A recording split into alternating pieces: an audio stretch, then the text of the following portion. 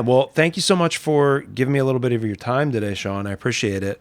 Oh, Um, absolutely. it's Thanks for fun to having me, do. bro. Like it's better in person, but it's at least good to see each other, like to see who we are and stuff like that. It's cool and see our facial expressions and this and that.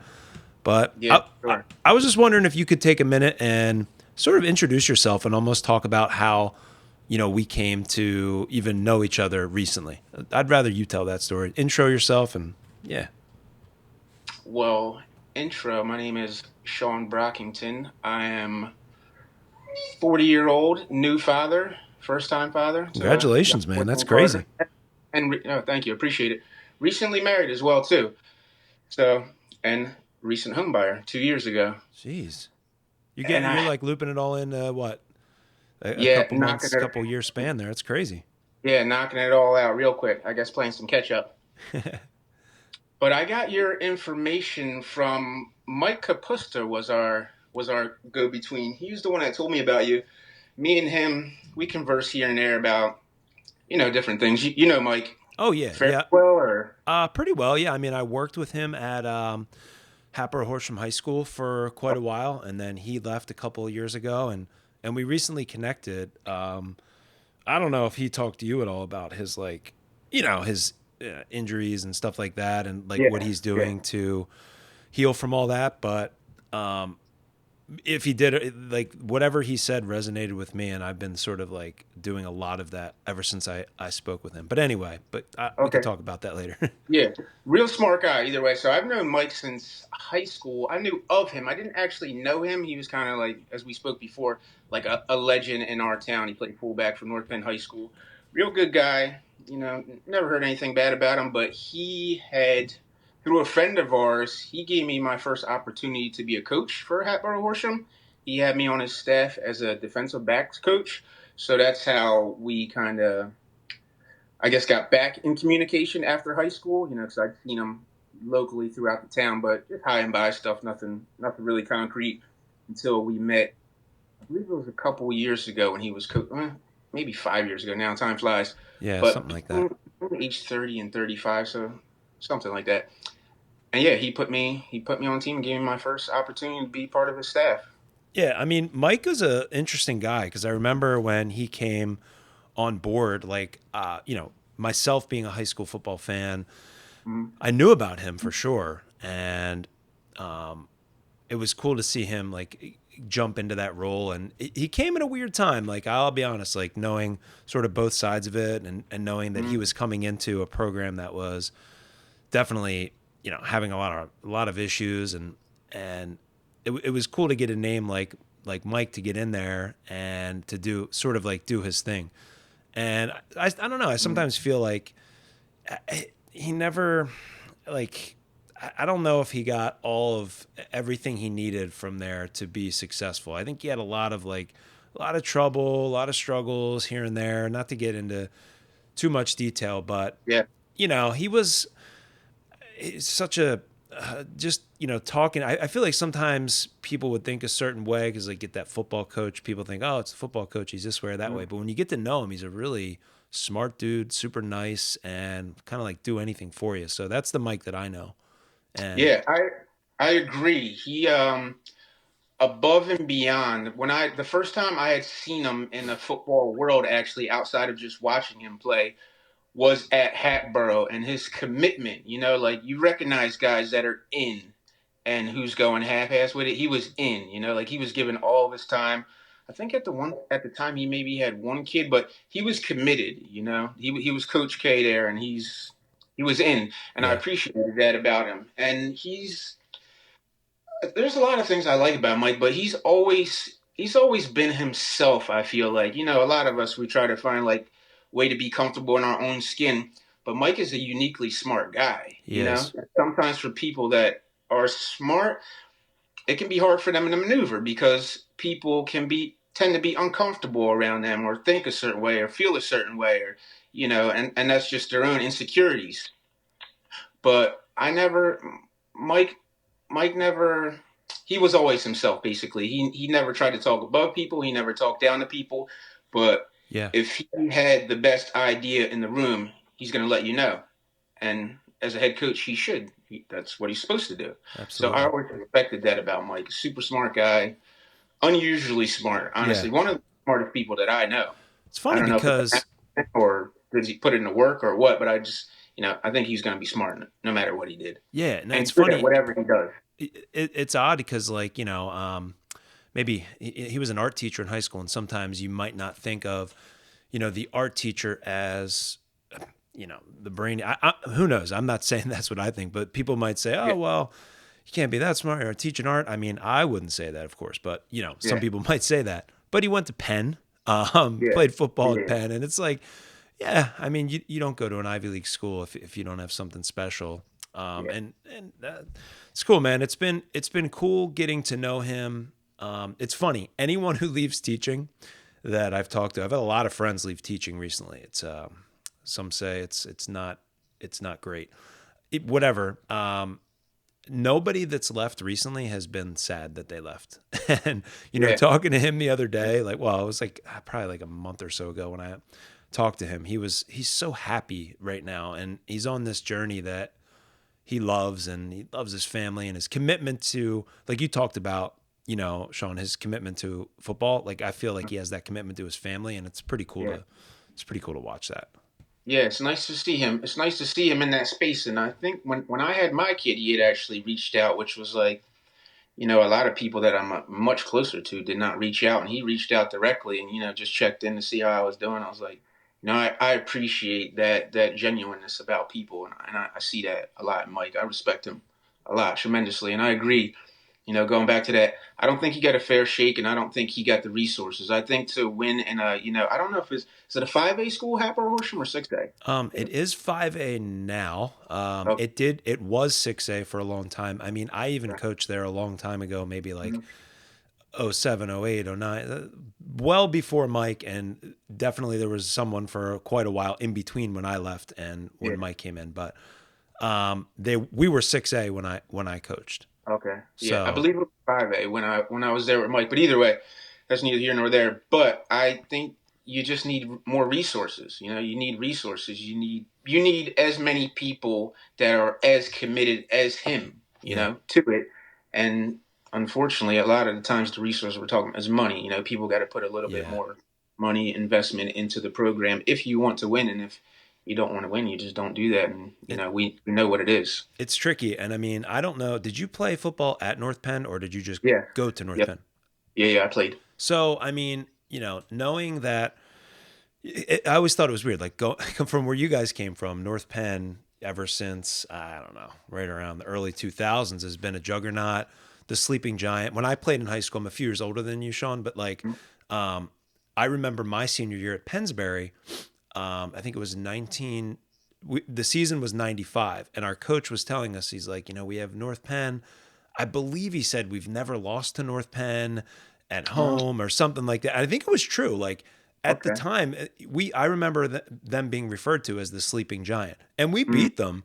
And I mm, remember right after that, that was it. Like they took off, and it was them and West head to head with these battles, and they're on documentaries on ESPN, and I think yeah, Mike was even part of some of that. But yeah, he to was. to go from that, like that atmosphere where it's almost like Odessa, Texas, and like Hmm. Booby Miles type stuff, Friday Night Lights, as Yeah, close as you're going to get to that in Pennsylvania. And I get chills yeah. talking about it because I love that stuff.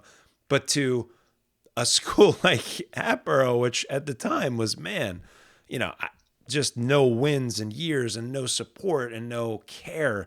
I mean, how do you the men, like for you as a staff member, like I don't know, how did you even sort of like handle that, knowing that, man, there used to be 10,000 people watching us play, and now it's all right. When are the Being people at coming? Hatboro, Yeah, yeah, being yeah, yeah. at Hatboro, well, that was never a factor to me. Even it's the same as playing. You're not playing for the people in the stands or watching. You're just trying to Yeah. get the W's. And for me, I was new, to the world, but not new to coaching or working with men, but just new to being that position. Sure. So I just tried to be as supportive as I knew how to be in that role to Mike, because I knew that's what he needed. Like, that's the best way that you can help a head coach, really. It's not Yeah. about your opinion or what you think or any of that shit. It's just about how can we support this guy so he can make decisions under pressure to help the team win. Yeah. So That's how I played it, it's and really easy for me. Whatever he says, it falls on his shoulders. So yeah. no, just follow the leader. Yeah, no, I know. It's an interesting thing, man. It's just I just didn't know if there was like even me when I first started coaching over there and coming from a bigger school like Pennsbury where there was like a tradition and things like that. I didn't know if you saw not so much the crowds, even though that is a big part of it, but like just the like you said, I guess the support and I wonder if there's a time where you or him were ever just sitting there like, all right, what is this? What do we get ourselves into? I often wonder if he thought that, but I don't Yeah, know. I don't think, because like I said, he was committed to it, and we all brought. I think there was another guy there that played at North Penn as well. So there's like three of us, or no, four of us at the time, because it's me, Kevin Zeblin, one of his offensive coordinators. So there's like three or four of us all coming from North Penn with that Mike Pettin North Penn mind state. Let's win. We came here to get busy, Yeah. type vibe to it. So yeah, no, I didn't. The kids and the errors and everything, that's kind of different, and how you motivate them Yeah, and for be sure. hard nosed and how you work with them. But the other part of it being too small or anything, I didn't feel that personally, and I never got that vibe from Mike either. But I could tell that he was probably carrying more than was possible for one man and to win at the same time. Yeah. I always knew that was going to be a daunting task for him. Yeah. Daunting, For sure. baseball, with that. So, and had he, and I still think that he could have. I think that As do I. I personally think he was the guy for the job. Me personally, Yeah. I still think he is. I think he's the guy for any job because he's committed and he's smart. Like, this is Yeah. like the Mike hour here, but like there's certain guys that you see and you just know, like, that's the guy. Yeah. No, for sure. I get that vibe from him too. What would you say, like, your time? You talked about like motivating kids. That's interesting because, well, you have a child now. Yeah. And again, congratulations. Thank you. You're very welcome. What did you learn about, like you said, like the generational difference? Like, how do you think that you and the other coaches, like maybe had to motivate kids in a way that was different potentially than how maybe coaches or mentors motivated you in your life as you were growing up? Huh. That's a tough I, one. And I don't know if there's a clear answer to that. I'm just wondering if anything sticks out. yeah, it depends on the kids, really. I feel like if you really want to be a good coach, you really need to know their kids and their background and what you think they will respond to. I think if we had all went into it with that 90s, mentality, football, smash mouth, breaking backs, that doesn't really work now. Like, some kids you got to put soft hands on. Some Yeah. kids you got to, give them some tough love. Like, you cannot treat them all the same way. A kid's going to crawl on his shell really quickly. You're Yeah. going to get the out of him very fast if you lean on them. And then there's other kids you can lean on them hard, and they're going to stand tall. So I think just being aware of that, that they're all different, and trying to make sure that you respect that in them, Yeah. I think help. that's a great answer, man. I think like just being adaptable and having different techniques for different kids and Yes. some days you need to be pretty hard one kid, another day you got to be, these kids, man, they're dealing with so many different things at home and a lot of them are anyway, and that's Mhm. a tough job. I mean, to be a coach, and I'll be honest with you, like teaching, I get to know my students really well and form great like relationships in school with a lot of my students, and I'm super happy and proud of that. But to be honest with you, like the real relationships that I remember in high school were with my coaches, and that's like that when it really it's like okay, everybody has to go here, but then when we leave, we're going with coach, and we're Yeah. like going to war or we're going to all everything together all year, and that's like that like group dynamic is really special. So it's cool that you got to be a part of that Yeah, for absolutely. a little while. I don't know how long did you coach there? 2 years. Okay. Like, second year was kind of like in and out, and even then, I'm actually still in contact with some of the kids that I coached back then. I doubt Mike even knows that. Just through, like, I'll message them, say something. One of them recently got engaged. I reached out, so I'm still What have are a some of their relationship. names? Do you remember the well, obviously you remember, but Oh man, it's hard to think back sometimes. I know, trust me. can I? I can say their name. No Yeah. big deal. One of them was Anthony Quatinowski. Oh He yeah, played yeah. He was me. a You know great Quat? kid. Love Quat, man. He was my guy back then because I was obviously defensive back coach. He was textbook, hard nosed. You know, he's going to go out there, he's going to lay the wood, and he's giving it his all. He was, I respected that about him. and you know what else about him? I mean, shout out to Anthony. I mean, one of the nicest kids I've ever met. I mean, Super nice. just a great dude, and you could tell like he had like the physique of just a badass dude. You know what I mean? Like you knew he was like tearing it up out there, but he wouldn't show you in the classroom and in school. Like it was just cool. But that's a great first name. What a great kid. So Yeah, yeah, Anthony Quatinowski. I love that guy. He's a good guy. And the other one, I'm so I'm trying to think of who his friends were, like Brett Johnson maybe, or yeah. um, one of Mhm. them just the one just got engaged. I think I know Yeah. Adam. Is it Adam? No, that could. Oh man, what is his name? I don't roll my phone and lose him, but No, that's all right. I can't think of it either. I would yeah, know it if you said it most likely, but yeah, he's a black kid. Man, damn, it's gone. I'll no, no, remember no. that. It's okay. I do that all the time, and it's just like I know half the time I'm like using my phone for the podcast, and I Mhm. can't look anything up. I sometimes I have my computer, but I don't. It doesn't matter.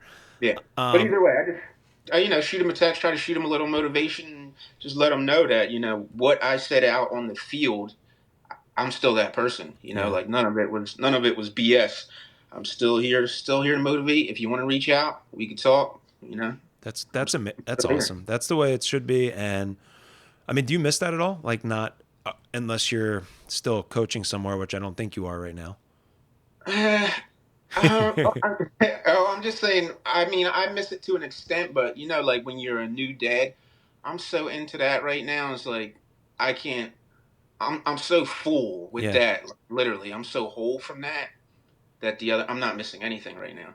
What do you Yeah. think? Like, for me, I'm also a dad. I have three children, three boys, but my wife and I, we adopted all of them. So I never had that, and we didn't adopt them when they were babies. So I never got to experience that new baby being a new dad, like with a baby. So what has that been like? I mean, what you said it's all encompassing, but how would you describe it? Hmm.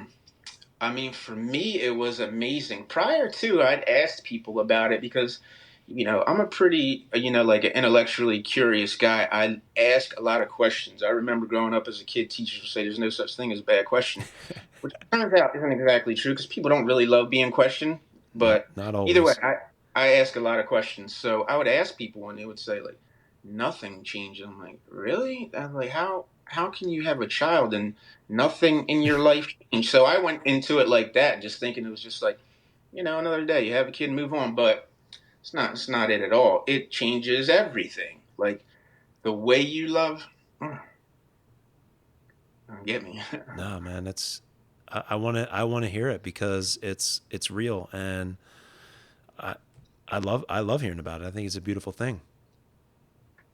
Oh man, that's a tough one. Just your capacity for love. You don't even realize that you can even love another human like that. Like I didn't even know it was possible Yeah, prior to having my son. I'd never been connected to any human that way coming from me. Obviously my mom, my dad's not around, wife, things like that. But yeah, to yes, have a son, it's a connection that there's no words that can be put together that can accurately describe it. You would have to feel it. You have to experience it. And then I guess it doesn't feel the same way for everybody yeah. too. We all experience things differently. For me, it was life changing. It was motivational. It gave me a new sense of purpose. Like it lit a flame under me. Like I'm talking to you probably because of that. Wow, that's I would, amazing, man. That's that. I mean, to hear that from you is just. I'm wondering, people that listen to this, and there's probably a lot of people that listen that have children and have gone through that. I'm wondering if they're like, yeah, I feel that, or if they're like, I didn't feel that. Is something wrong with me? Like, I don't know, but it's that's beautiful, Sean. I mean, how do you?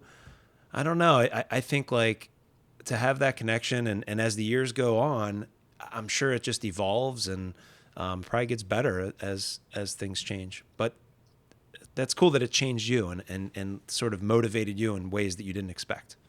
Yeah, absolutely. For the better.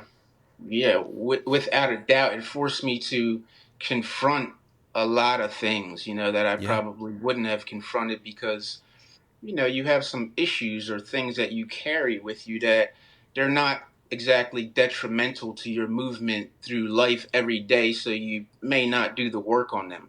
But then you have a child and you realize, like, I might need to clean this corner out because I don't want those things to affect my interactions with him. So once you realize that, then you start digging in the closet and you're like, well, I got a lot of shit that needs cleaning up. Yeah. If I don't want to, if I don't want it to affect him. Yeah, man. I mean, like, it's funny to talk about that because I feel like the more you talk to people and the more you get to know, people make a lot of assumptions when they meet people, or like maybe they drive this car, they act this way, they go to this gym, they hang out with these people. But everybody, that when you really get to know people, like everyone's dealing with something, and everyone has Mhm. those like little corners they have to sort of like clear out. And I don't know if it's possible to clear them all out. It's hard, man. I think like I don't want to say humans are flawed, but like we all have our things, and it's hard. I mean, sometimes I don't know how you manage it, and I have my own ways, and some days are better than others. But it being a dad, being a husband, holding a job, being a productive member of society, and all the pressures that we face is isn't an easy thing. So I commend you for doing all of those things, and also trying to take that motivation from having a child and like do better, whatever that means. Yeah, I think that we need it. Like that discomfort and that pressure, it forces evolution in one direction or the other. It's either going to bring out the lesser side of you, you're going to crawl into yourself and run away from it, or you're going to run towards it and you're going to become better and you're going to build yourself.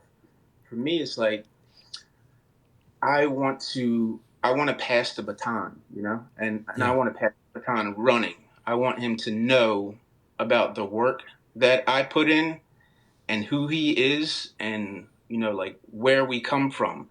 So I want him to have a starting point, like a Yeah. good, like strong emotional health and balance, and Yeah. that starts with me. I feel like I am probably the first person from my family to have the opportunity to even think on that, like to sit back and think about things and evolving. Because most of the people in my family prior to me, I think they were just surviving. Yeah. I don't think a lot of them got the chance to live really. I see what you mean there. First person to really get the chance to live and look back and reflect and see how the different generations prior, what they did or did not do to create me and Yeah. where I am and at this moment. Yeah, I feel like in this generation, like you and I are approximately the same age. You're definitely younger than I am, but I kind of grew up raised by my mother too. You had mentioned that you had a similar situation. Mhm. My parents got divorced when I was young, and then it was pretty much just with my mom. And I that resonates with me what you just said. Like she was just surviving from job to job, working late hours. I was coming home into my apartment, letting myself in, and I was always loved by her. Mhm. We didn't have a lot of money at all, but Mhm. there wasn't a lot of time to for her to really think about all of the things that maybe you and I are sitting here even Mhm. talking about now. Yeah. Like, how can we be better? How can we Yeah. reflect on the past and the future? And like, Mhm.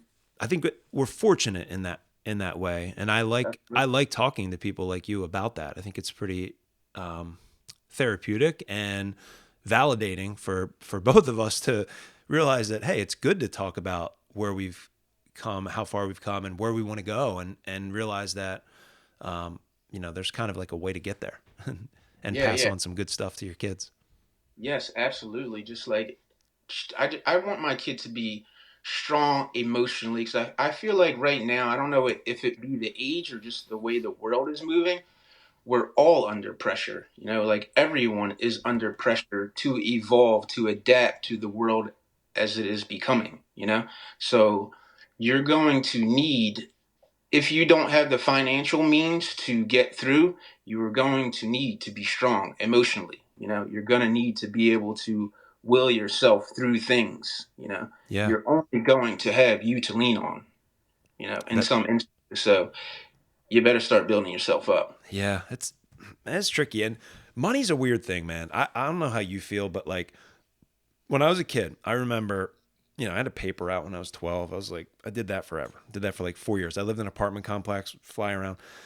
I remember, I didn't know much about money then, but I told myself as a kid, like I knew where I was growing up, and literally like in my town, I lived on, you hear the other side of the tracks, but there was literally railroad tracks on my side, and the other side was Yardley, and I would look over there and like couldn't quite see the big houses, but I knew they existed, and I'm like, man, it's like I'm here, they're there. I was like, if I can just somehow, some way, make $30,000 a year someday, I'm gonna be freaking like that'll be amazing. I'll be set. And it just goes to show like how naive I was and had no Yeah, clue. And I think like, and who knows, maybe that even is true, but money becomes very odd because if you make this much, then you buy this bigger of a house and this better of a car. And if you make a little more, it's like, oh, that's so great. But then you're driving the Tesla. And it's like, I don't yeah. know, man. I think like, what do you think about that? Like, that's a tricky little thing. How is happiness sort of like connected to money, and how does that all blend in I for you? think money is just a tool. You have to use it as a tool, and if you're using it for anything else than what that tool is meant for, it's obviously not going to work. Me, I was not born in Yardley, that's for sure, and I didn't see big houses. Yeah. I was actually born in Philadelphia. I spent a lot of time at my not a lot of time, but I would spend the summers at my grandma's house. Okay. It's like a house that would probably now would is really not fit for living. Like it's Yeah. pretty rough situation. So for me, all I ever wanted was to not be poor. Like Did that 30,000 thing. No, yeah. I just didn't want to be poor. Yeah. That's it. That's it. Well, I want to ask you this question. Like, did you know you were poor? Like a lot of kids you hear like, oh, we didn't know we were poor. Like, did you know you were poor? Because Oh, I'm sorry. Go ahead. no, I was just thinking like, I think I did like only because I saw like, oh, all other kids that I know in my school like live in houses and I don't live in a house and we're not going there. So I would see that, but I still had a good childhood and stuff. But I don't know. Do you know? Like, how did you know? You know what I'm I saying? Well, I knew based on everything, what I could see around me. Like, Yeah. I had a good life because, like I said, this is just the summers I spent at my grandma's house. So I was down there. I was born in Philly, but I came up here at a young age, like 4. So I spent most of my actual upbringing in the suburbs. And we didn't have, a lot of money, but it was like you. The experience in the suburbs is similar depending on Yeah. where you're Yeah. at, but no one feels like poor, Yeah. poor. Yeah. Yeah. Yeah. But For sure. down there, is different. This is Yeah. Southwest Philly. This is poverty. Yes. Like I imagine it would be hard for me even to describe to some people, and Yeah. I'm, it's all relative and different levels of it.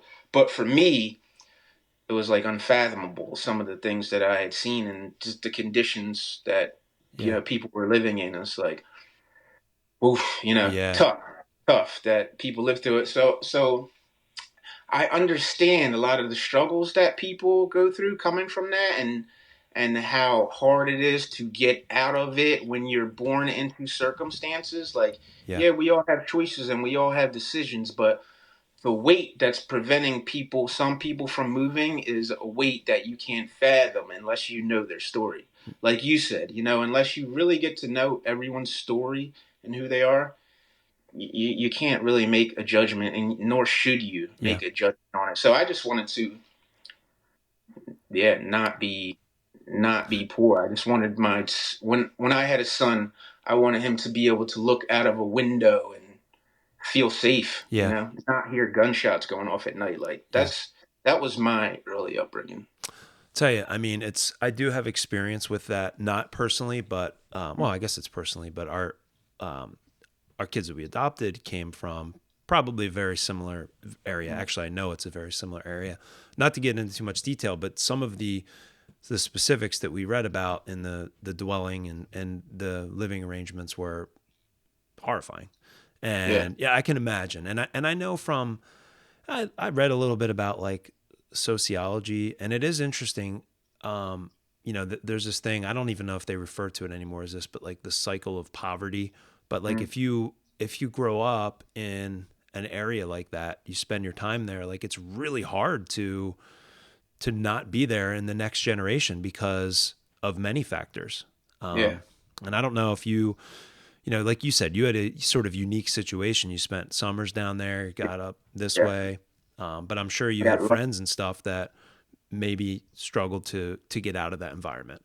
Oh yeah, yeah, yeah. I got lucky. When I would go down there, actually, like, you know where Lansdale is. You heard of Lansdale. Yeah, When of I would go course. down there and tell people where I was from, they looked at me like I was an alien.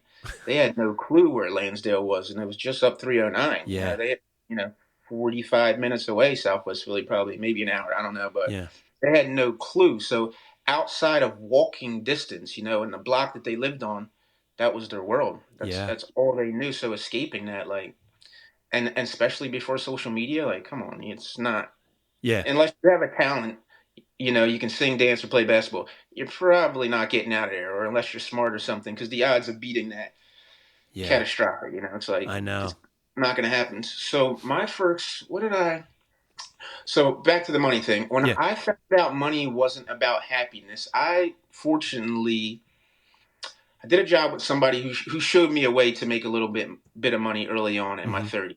Like the first time I made a decent amount of money, not a Yeah. lot, but significant, relative. And you're saving, you're hitting these numbers. Young guy, you're like chasing checks, blah blah blah, number this, number that. And every time I would save, every time I would hit a number, I'd wake up and I'd still be the same guy. Like nothing would change. So by the time I ended up hitting the number that was my goal, and I realized that, like, this just isn't it. This isn't all I want. This isn't going to do anything for me. And I began to understand, not because I could relate, but why millionaires and billionaires just keep chasing, the number, because there is no number. It doesn't exist. Yeah. You're going to keep chasing it. It's like a bodybuilder trying to get bigger. There's no poundage that you're going to hit and be like, oh, I'm done. Yeah. You're just going to keep chasing it because you're looking to fill a hole that cannot be filled. That void can't be filled by money for most people. So I look to other ways to find happiness. Yeah. That's, I found No. out that through that way. I feel like I got lucky, honestly, because I found out pretty early that, money, you need it. It's a means to move. It makes life easy for certain. There's a certain amount that you need, but it's relative to what you want also. Yeah. So if you can simplify your life and try to find meaning and happiness in things that don't take millions of dollars to do, you're good. Yeah. What are some things like you say that, and that's I think a lot about that too, but I would say like outside of obviously maybe, your family, your wife, your child, your newborn, what makes you happy? Like what are some things that actually make you happy? Um it might be little things, but things that you find happiness in throughout the days. Man, it's crazy that you say that. Everything for me now is always going to revert back to my son, and I Sorry, try I to be. made that disclaimer. It can't be your son. No, but I'm kidding. Like Oh, did you? I'm I sorry. I shouldn't have didn't. said that. I shouldn't have said that. But it's always going to be about that for Yeah. me now, especially new, because, like I said, like I didn't grow up with a dad, so Yeah. like that's my life now. Like to get to I wouldn't say run it back, to experience that connection to another. He's a boy, but man or human in general. It's like you can't put it into words. So for me, recently, just feeding my son and seeing him do that happy dance kid do, when they're eating, Yeah. I felt so grateful for that. Like that's a minute thing Yeah. that I imagine some people, they don't get the opportunity to see. They don't Yeah. get the chance to feed their kid and see him do a happy dance. Yeah. Sean, I mean, something that this is like a thought that I've said before probably, but like you're like me, like you grew up. I mean, I have a father and he moved to New Jersey and I saw him very sparingly throughout whatever, but as I have my own kids now, I always thought like one of the things I thought is that yes, I want to be a great dad. Yes, I want to coach their sports and be involved and do everything that I can for them and not give them too much, but give them enough and push them and all the things that maybe I learned, through my life. But I also think that it's not, I don't have to do that much to be a good dad. I just have Mhm. to be there. just being there, because I know what it's like to not have a dad there for my childhood. You know what I mean? And Mhm. that I you know too. And sometimes I think about it and I make it simple. It's like, yeah, we're just sitting on the couch like coloring or watching a movie, or you're outside playing. But when you come in, like, I'm gonna have dinner, we're gonna talk. That's it. Like, we're not going to Dorney Park, we're not going to Disney World, we're not doing anything special. But just being there is something that I know what that's like, and you know what that's like to not have. So to me, I kind of simplify it sometimes when I'm giving myself a lot of stress. Like, man, I got to do this, I got to do more. It's like, you know what? For three boys, I'm there every day. I am there. I'm Mhm. not going anywhere. So Absolutely, yeah. how do you feel I about that? believe I believe in, we need to give grace to everyone, starting with ourselves, as far as not putting too much pressure on us. And yes, I believe also that being there is enough. For me, when I say be there, I want not just to be there, I want to be present. I want the quality of the time to be great as well. So I feel like I need to be consistently working on myself so that way when I show up, he's not getting the worst version of me. Like, Yeah. I don't want him to get the hour of the tired dad, or the dad that's not smiling, or the dad that's like left after the rest of the world has worn on me, and I can barely smile and I'm just, I'm an empty uniform, but I'm present, I'm Yeah, there empty uniform. technically, Yeah. like my hands raised, but am I really there? So like for me, it's about I like to put in the work to make sure that I'm there. Like I Yeah. haven't had. He's only a year and change older, and I've only had a couple moments where I felt like I wasn't there, and even then I was sort of hard on myself, for whatever reason. But you find a way to bounce back and realize, like, hey, allow yourself to feel and have those moments, and it's okay. Some days it's gonna be like that, but the next day it's time to show up again. It's Yeah. time to show up and put the work in. For me, that keeps me going, to know that I'm consistently working on just being my best self, and it doesn't got to be something like crazy, but even if I'm thinking on it, I still feel like I'm doing the work just to Yeah. make sure that I'm present. But more than just a hand raise. Yeah. You Just know. being aware of those little and I love having these talks with people like you, because through these talks I kind of like, you know, think about like, all right, yeah, maybe I'm gonna up my game a little bit. And it's good to be around positive people that are pushing themselves and trying to put themselves in a great place, in a better place. And it's, the more people you surround yourself with, talk to, that are like that, it kind of keeps you moving up that ladder a little bit. And it Absolutely. and I don't mean, when I was saying like, oh, I just want to be a body there, like I'm just saying at Yeah, yeah. I minimum know. I'm there. You know what I Yeah, mean? yeah. And that's kind of what I meant. But Oh yeah, absolutely. And I commend you too. I commend any. So like my dad was not there at all. So yeah. yeah, the least you can do is just show up. I'll just put in Yeah, yeah, how it's I feel like when I'm there in that space for me, which is probably a weight that I put on myself. I'm honest about that too. There's probably some days where I could scale it back a bit, but I just like to make sure I'm going. I want to be consistent because for me personally, I feel like anytime you find yourself being complacent, and then you end up being stagnant. Like the moment you stop, you stop. So I just like to always make sure that I'm always going, be it mentally, physically. Like I don't want to stop. yeah. I never want to stop. Especially something like evolving, especially like something that I think in the end is going to benefit my son and his son and his son.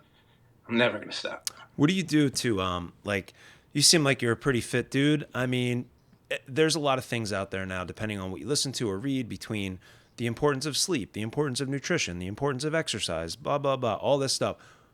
What, you do work and you do come home tired and you do have all this stress. How do you sort of manage all that? Are you in this like, like military mindset where you're like, I don't care if I had 2 hours of sleep, like I gotta be like, how do you balance that piece of it out, like the taking care of you part, Sean?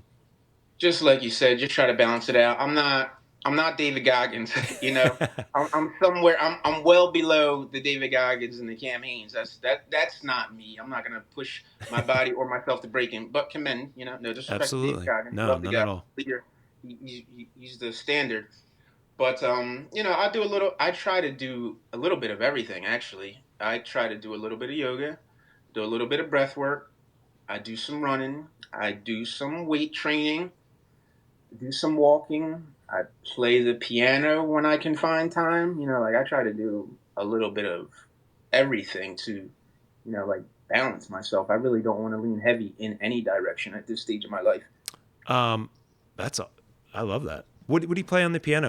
How long you been doing that? I started the beginning of the pandemic, actually. Yeah, I started beginning of the pandemic, and that was just, we're all home trying to find ourselves. Yeah. We get, a moment to really like be with yourself and check in with yourself and see where you're at, and just realize and make sure that you still are the person that you say you are. The story that Yeah. you're telling yourself. Every now Yeah. and then you check in. So I just wanted to try something new and make sure that I could do it and that I was committed to seeing it through. That was really the basis of it, and I How did that. how's it coming along? Come along pretty good. I can play, a song, a couple songs. Cool. So yeah, Like good. classical stuff or like I don't know, like can you play, I don't know, what do you play?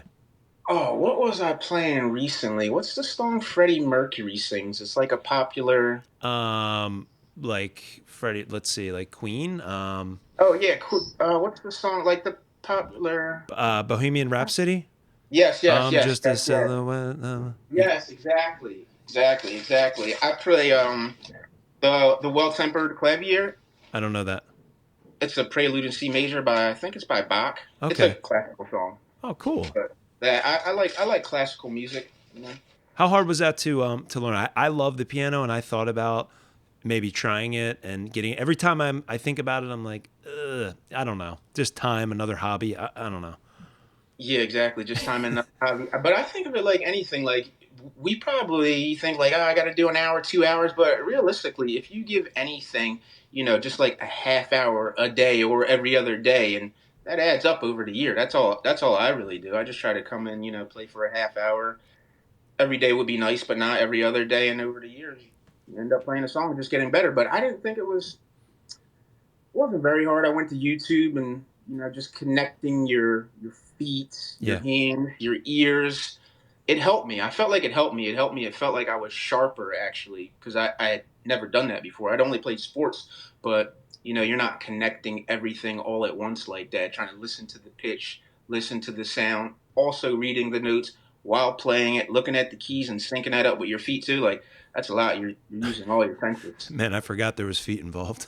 Yeah, yeah, everything, literally everything. So I think the piano is like, I believe that they say that helps a lot of kids. They excel when they play the piano specifically because of all it engaging all your senses. Wow. Maybe I could put it on my board one of these days. But no, good luck to you on that. That's pretty Mm. cool. It is amazing. I think I saw when I was in middle school, I saw a kid play the piano and I was just like amazed by it because we're in I think like ninth grade. His name was I forget what his name, to be honest. Yeah. All names are just leaving me. But I seen him Me just too. sit down and just belt out a song. And I was like, you know what? One day I think I want to do that. And it took me till I was 30 something, but I did it. Good for you, man. That's cool. Yeah. I was one of the things you said, and I bring this up a lot, but I think it's cool. Is the book Atomic Habits? You ever read that? Have you ever heard No, of that? I have.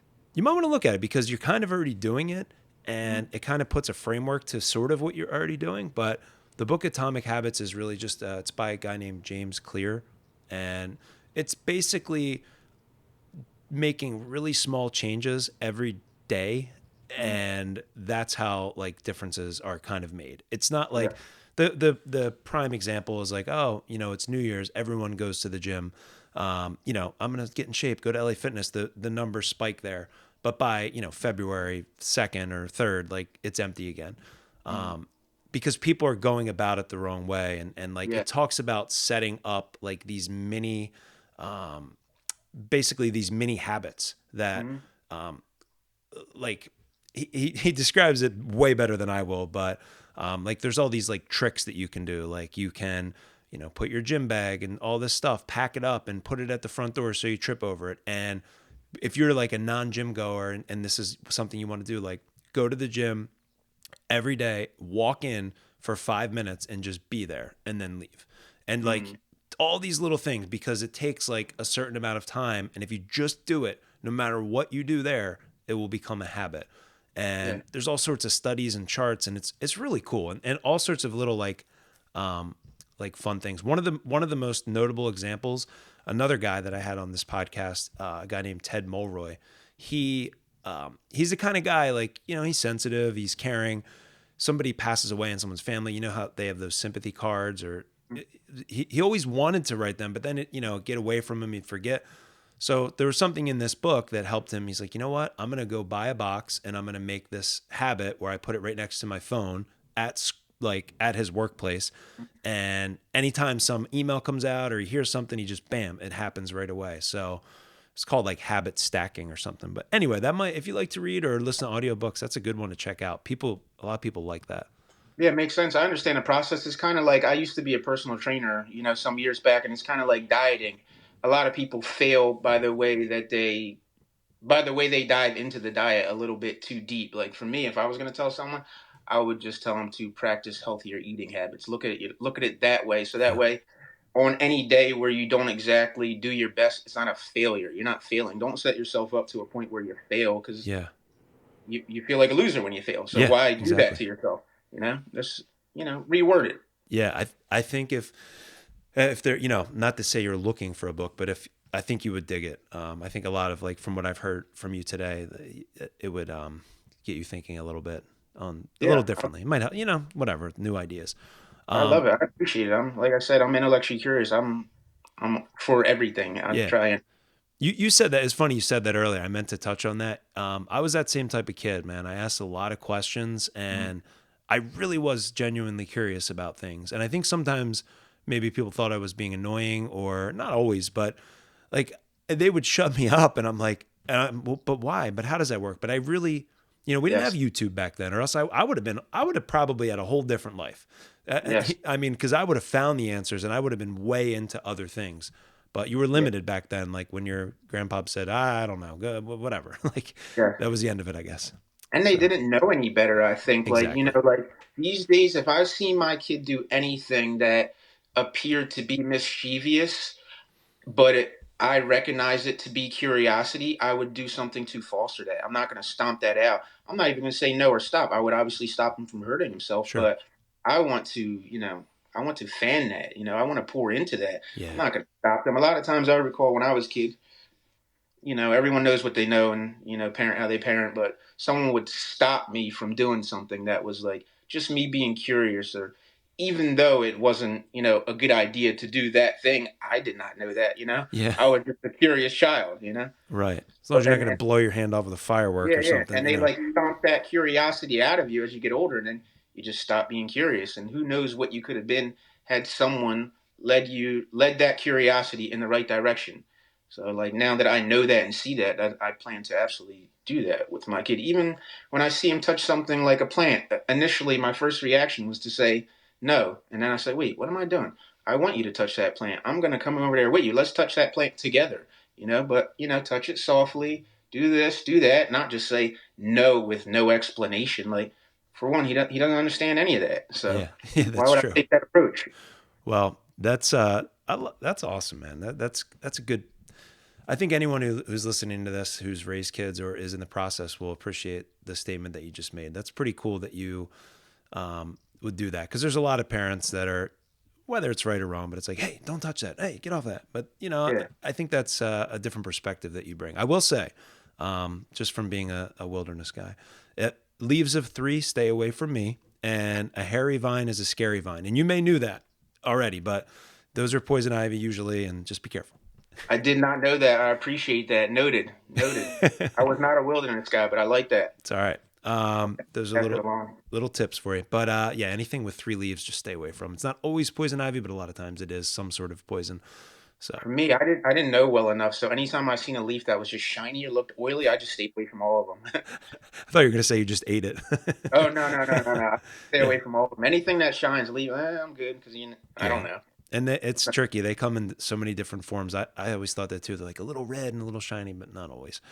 Yeah, So something that we talked on the phone the other day before this, and you mentioned some sort of like adversity that you've been through. It was something along the lines of like a bike yeah, yeah. incident. And I didn't know if you want to talk about that, but I was going to ask you the question of, any times that in your life that you've gone through like notable stories that you could say through that you've been through some adversity and what you've learned from it. Yeah, that's probably my first and biggest, one of the most impactful things that's happened to me. Outside of just being born in the sun again. The Yeah. sun is like so, it's so big to me. I can't like say it enough. No, I think But it's yeah, beautiful that you keep saying it and that it's very obvious that it's changed your life and made you a happy dude. And that's pretty cool, man. amazing connection. Like, I've had people in my life that wished it for me, and I didn't understand it. Like what? Like, what do you want me to have a kid? Okay, thank you. Until I had a kid, and I was like, thank you. Thank you for wanting that for me. Yeah, It's an amazing thing to want for somebody. it is.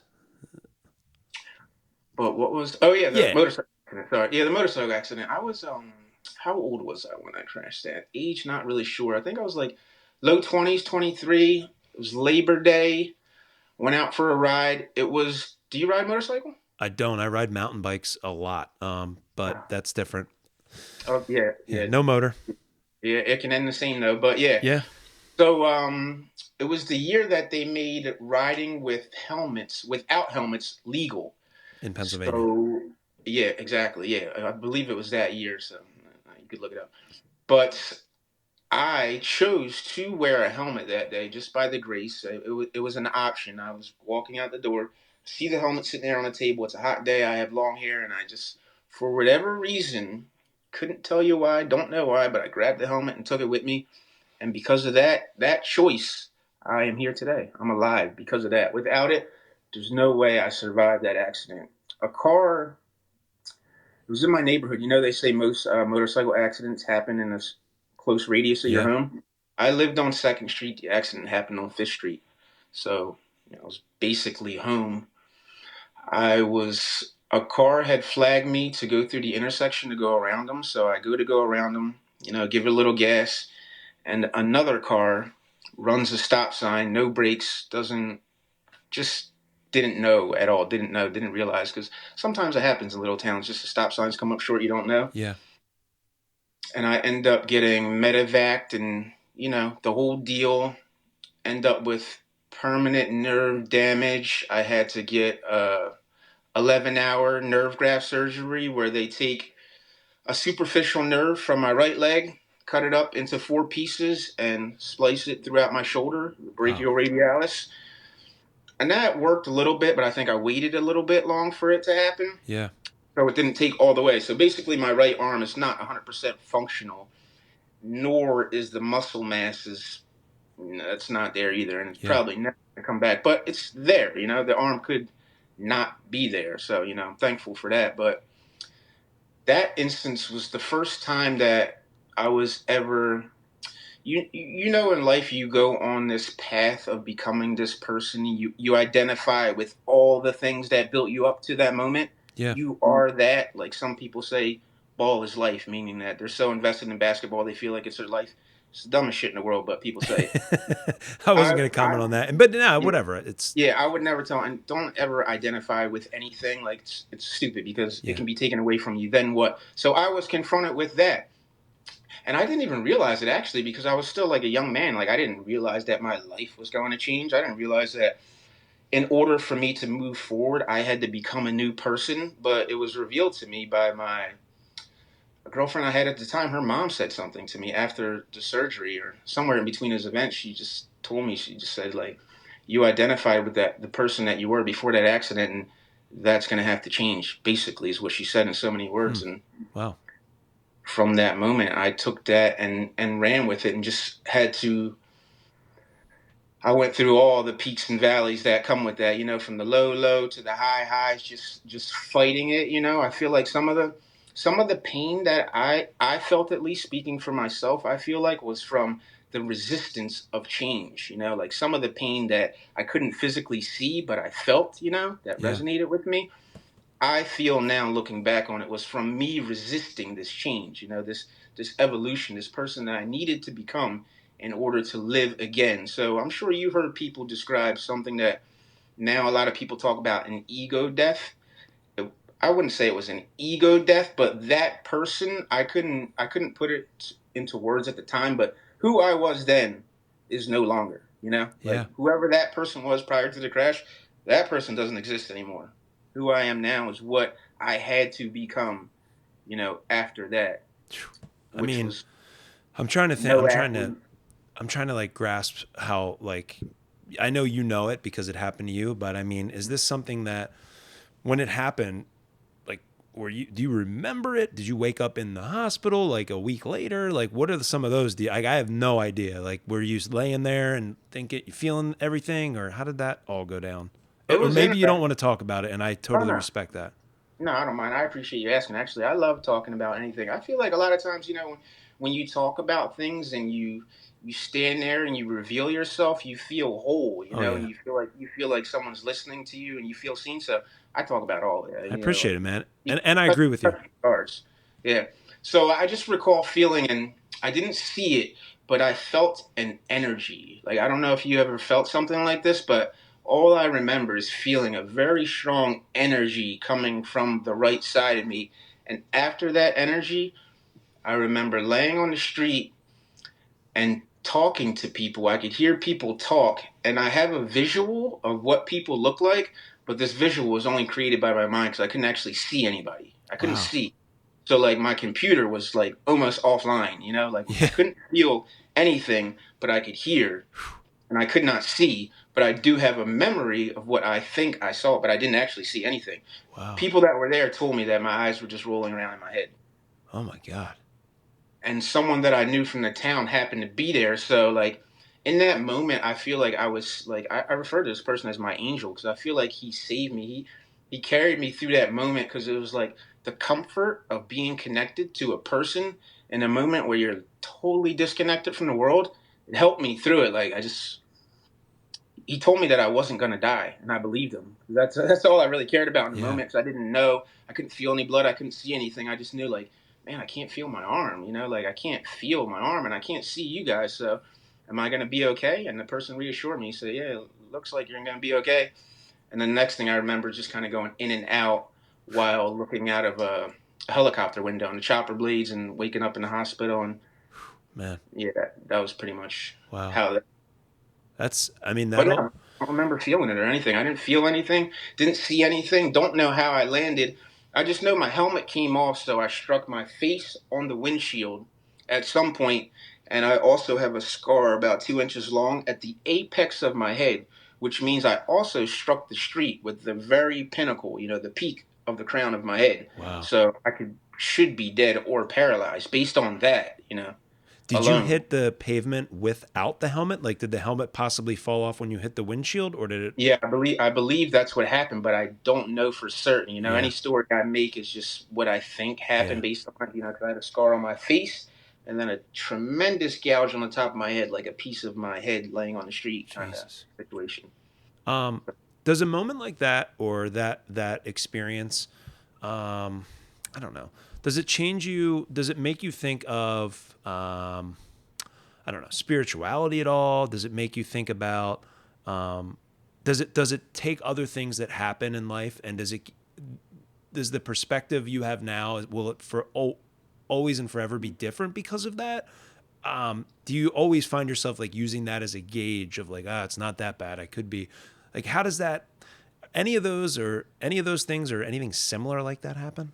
I do use that as a gauge for, well, mainly for pain, I guess, because Yeah. like we've all felt pain, but unless you've hit a street, going 50 miles an hour, Yeah. like that pain is indescribable. Like I literally couldn't force pee out of my own body. Like I was that weak. So that, like I used that metric, but there was no spiritual connection or anything. It was like, at least for me, I didn't lean that way prior to that. So in the Yeah. moment, I'm probably reluctant to go that way because it feels disingenuous to me. Yeah. Like I couldn't do it that quickly if it was going to do it. I just had to be okay with what was ever was happening. Yeah. Yeah. Oh So no, man. I didn't go that way, and it didn't. I didn't have time, to really think about that. Just like I can't feel my arm. Someone help me. Yeah. Well, it's funny. Hey man, thank God you're all right. And, that's an incredible story. And man, you come Thanks, I back from appreciate it. that and you deal with that. Like, to me, it seems like a lot of challenges that might come up are, I don't want to say they're going to be minuscule and minimize your issues, but or problems that you may face. But you got through that, man. That's Yeah. amazing. Yes. In comparison to that, yeah, I get what you're saying. Yeah, I imagine I probably do use that as a gauge for certain things. Like I made it through that, so that probably, yeah, you're probably right. That probably is why I look at certain things like no big deal. Because for the most part, I'm pretty easygoing, and yeah, I'm like if I survive that, Yeah, as long as I wake up tomorrow, I'm good. that's amazing, man. It is funny too. Like I don't know. Once I hit, well, I'm 44, but recently, I'll tell you, man, my just in the last couple months, man, I've always had perfect eyes. I'm like, I could have been a pilot. They just started getting messed up, and I can't see up close. I was trying to fix a plumbing issue in my house, and I was under the sink, and I'm trying to read the garbage disposal, and all I had was a flashlight, and I'm like, what's going on? Like, who would print out a blurry label on this freaking thing? And I go to my wife. I was like, Jen, can you bring me your glasses? I was like, I put them on, and it's like, whew. I was like, I was like, no, I need them. It's finally happened to me. So hitting your Funny. 40s, man, things can get a little different, but I'm not, especially after talking with Mike and a lot of the stuff that's been going on with him. And I'm feeling pretty positive about some of the things I've been doing to not really even let that mentally come into play. Yeah. So Are you active? yeah, I'm very active. Okay. Yeah, I've done, I think I told you, I used to go to the CrossFit gym that we talked Mm-hmm. about for a long time. And I've always been an athlete and strong and stuff. And then, a couple years ago, my wife and I, we ended up doing this nutrition thing. We both lost 30 or 40 pounds, whatever, and Oh, kind of nice. kind of kept Congratulations. it off. Yeah, thanks. Counting macros, I'm sure you know about that stuff Mm-hmm. and all that. But kind of that changed my life, and it became going back to atomic habits. It's a habit for me now. I don't even think I can do any other way. And there's no. It's not that it's not a problem. I prefer it, and Yeah. it's a way for me to just know what's going on and know where I'm headed and all that stuff. But yeah, I'm very active, and I got some back issues and the hip issues. Had a little hip surgery and all, but I don't know, man. I'm just I feel like if you do the right things and you strengthen all the little muscles and stay active, I think you'll be all right. Yeah, absolutely. Yeah, those habits, you keep referring to that book, Atomic Habits. Yeah, those habits, they become you. Yeah, yeah, they You do.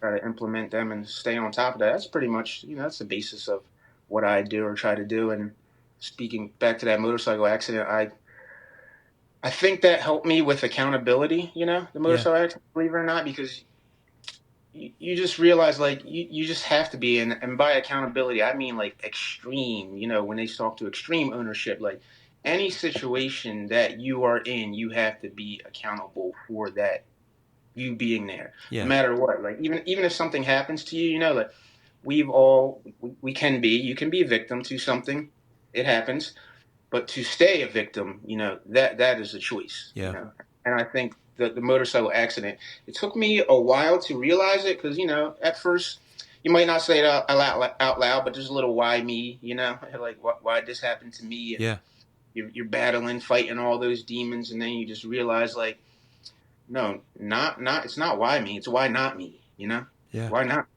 This can happen to anyone, and then why not me? yeah. And I just have to take this head on and be accountable for the choices that I made. I got on that bike. No one made me get on that bike. You still bike today? No, actually, I haven't been on a bike, but I would. And I'm not. Well, only thing that would slow me down would obviously be the sun. I feel like I need to be here for Yeah, him, but yeah, I wouldn't. I'm kind of. You gotta live, bite the bug that bit you, kind of thing, yeah. and be as cautious as you can be while still living. But you gotta live. I know it gets tricky. I love bikes. I mean, I've been on motorcycles, like dirt bikes and limited. We live kind of in a wooded area. I have a little bike for my kids and stuff that I ride on. It's fun. I mean, I know I want a bike. I know I want to get out there. But Yeah. every time think about it, I look on Craigslist or Facebook Marketplace. I'm like, it's you get in a fender bender. It's like if that accident with you happened in your Silverado or whatever, you're fine. Yeah, yeah. You're But good. you weren't fine, and I know that. So that a little apprehensive in that way, just having kids and stuff. It feels some way it feels selfish. I don't know. No, But I agree with you. I wouldn't advise it. I wouldn't. And anytime I run into someone, I, please wear your helmet. Don't ever go without a helmet. And I just feel like it's like anything else. Like it's back to being accountable. If you get that bike, you know that you're signing a contract saying that there's a great possibility that I can and will die on this thing. I've increased the likeliness of me dying in transit exponentially, Yeah. higher than if I was just traveling in a car. That's just the reality of it that I'm sure people, you have an awareness of it, you realize you're not a dummy, numbers, you understand, you see friends crash, but it's like anything else. You don't know until when you find out, you're going to find out, Yeah. you I, know? you know, I agree with you there, Sean. You talked also. I wanted to, I know we've been on here for a while. Let you get out of here, but you did mention when we were talking, about possibly getting into maybe toying with a podcast or starting one up someday. And when I talked to you, I was like, hey, let's just talk about starting up a podcast. And we're over an hour in, and we haven't even mentioned it yet, which is no Yeah. problem. But I think that you would really. I think you should do that. I think you'd be really great at it, and you're a smart dude, and you seem to like that. That curiosity is awesome. I think that if you did decide to dive into it, like you're even more so than me. I find that like maybe this should be you doing this. I mean, I love it and I'm into it, but I feel like you're very good at it, and you're well spoken, and you're genuine. I don't know, man. It might be if it's something that you're into and you want to try. I think it could work for you. Thank you. Yeah, I greatly appreciate that coming from you. Like I said, I listened to your first two podcasts, and the guests were, you know, on the opposite ends of the spectrum, yeah, and I liked the way that you navigated through that. And I was surprised, because like I said, when you hear someone say, "Oh, they got a new podcast," especially for episode 1 and 2, I was like, yeah. I got to know who this guy is. I got to reach out. And luckily, It like, wasn't a nightmare. That's good.